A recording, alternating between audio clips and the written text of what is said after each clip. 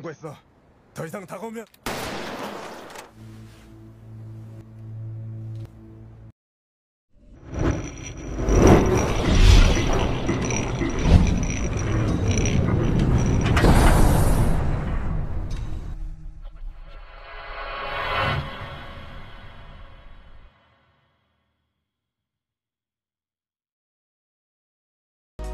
Halo sobat, selamat datang kembali di One Day Film. Bagaimana kabar kalian semua? Saya mendoakan semoga kalian selalu diberikan kesehatan, rezeki, dan kebahagiaan selalu ya.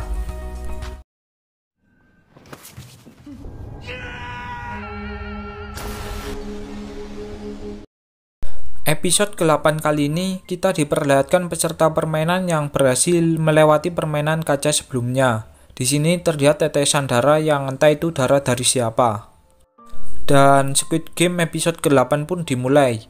Episode ke-8 ini berjudul Frontman. Di awal film, kita diperlihatkan Junho yang berhasil tiba di sebuah pulau yang ditujunya pada episode sebelumnya. Junho berencana mengecek sinyal di tempat tersebut. Dan benar saja ada sebuah sinyal, akan tetapi sangat lemah sekali. Kemudian dia berusaha naik ke atas tebing tersebut. Kembali ke peserta permainan. Di sini terlihat Ji-Byuk yang kelihatannya kurang sehat. Dia juga terlihat begitu lemas. Gi-hun kemudian mendatangi Sang-woo.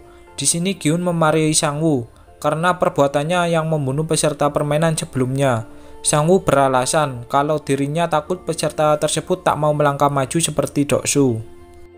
Gi-hun yang kesal pun membentak Sang-woo dan mengatakan kalau bukan karena peserta tersebut, kita tak akan sampai ke garis finish.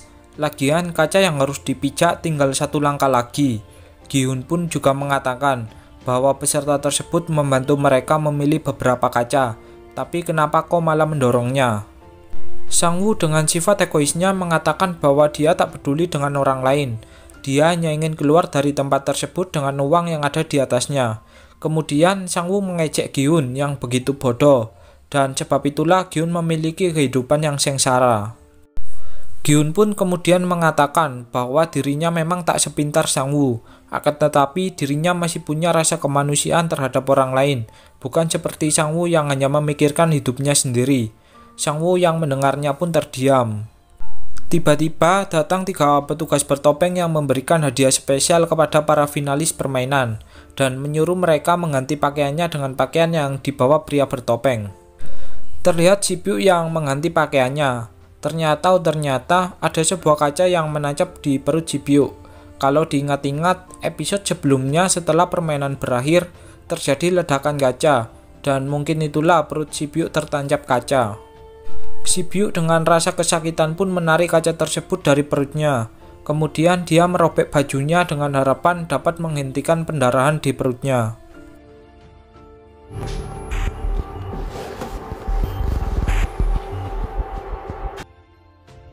Kembali ke Junho yang masih dalam kejar-mengejar dengan Frontman.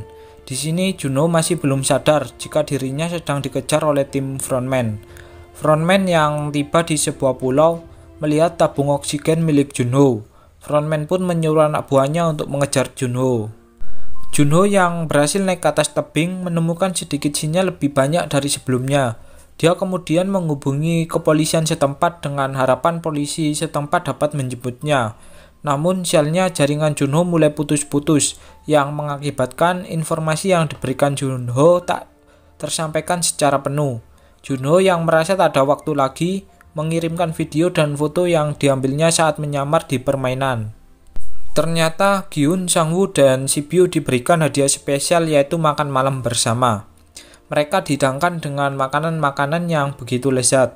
Makanan tersebut terdiri dari daging kualitas terbaik di dunia, buah-buahan, dan segelas minuman termahal.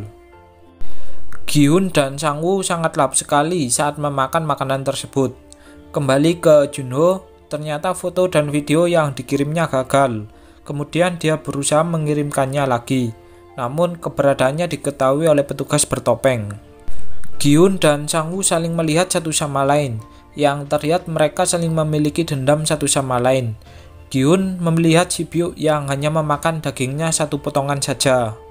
Kembali ke Junho yang tengah berlari untuk menghindari kejaran Frontman dan anak buahnya. Sialnya, kini Junho berada di ujung tebing dan tak ada jalan lagi. Junho kini mulai terdesak, kemudian dia memperingatkan mereka untuk mundur, sebab dia sudah menghubungi kepolisian setempat. 또 한 번은 자물쇠를 부쉈으니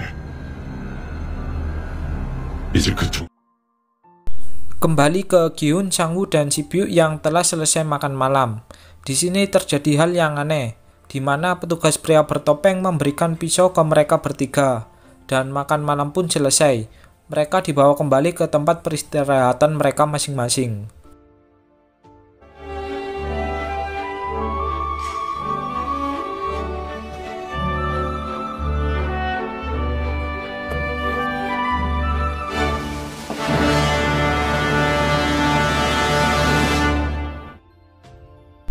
Kembali ke Junho yang memperingatkan frontman agar tak mendekatinya. Merasa perkataan Junho diabaikan, dia pun menembak salah satu lengan frontman. Frontman kemudian mengajak Junho agar ikut bersamanya, dan frontman berjanji akan membiarkan Junho hidup bahagia dengannya. Junho sedikit terkejut, sebab dia mengenal suara dari frontman. Junho bertanya, siapakah frontman ini? Lalu frontman pun membuka topengnya. Dan alangkah terkejutnya Junho, ternyata frontman adalah kakaknya. Junho masih tak percaya jika kakaknya kini bekerja di permainan mematikan tersebut. Frontman dengan berat hati langsung menembak adiknya saat itu juga, dan Junho pun terjatuh dari atas tebing yang dipastikan tewas seketika.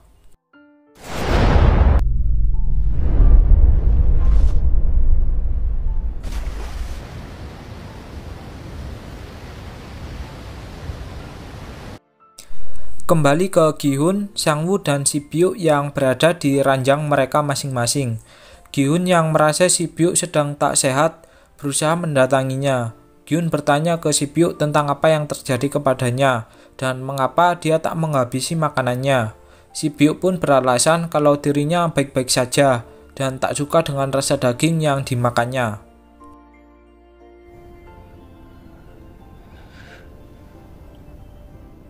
아저씨가 고쳐주게?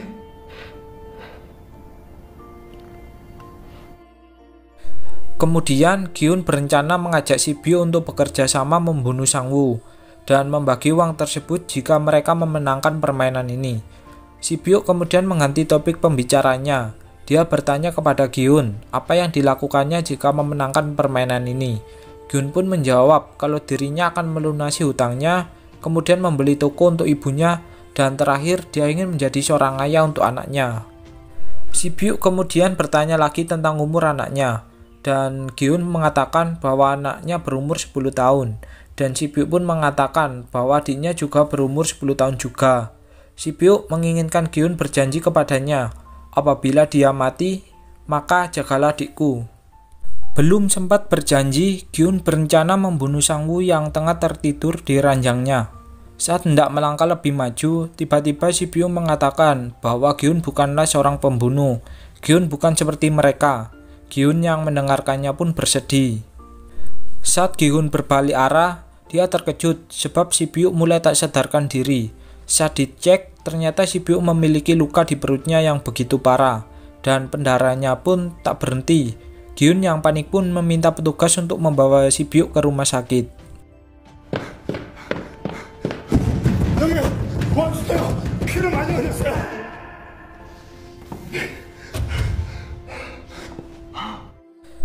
Dan benar saja petugas pun datang. Tapi anehnya petugas di sini bukannya membawa alat P3K, melainkan membawa peti mati. Gi-hun pun melihat ke arah Si-byuk dan di sana terdapat Sang-woo dengan penuh darah di tubuhnya. Gi-hun yang panik pun berlari ke arah Si-byuk dan benar saja kini terdapat luka sayatan di leher Si-byuk, yang berarti Sang-woo membunuhnya. Gi-hun yang kesal berniat membunuh Sang-woo, dan Sang-woo juga berniat membunuh Gi-hun. Akan tetapi saat hendak menusukkan pisaunya masing-masing, petugas bertopeng melumpuhkan mereka berdua.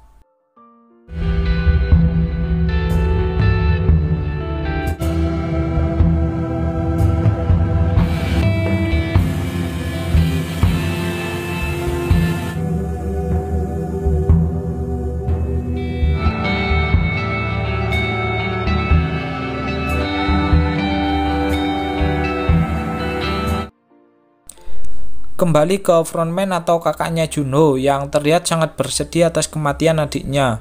Di sini frontman terbayang-bayang wajah adiknya dan film pun berakhir.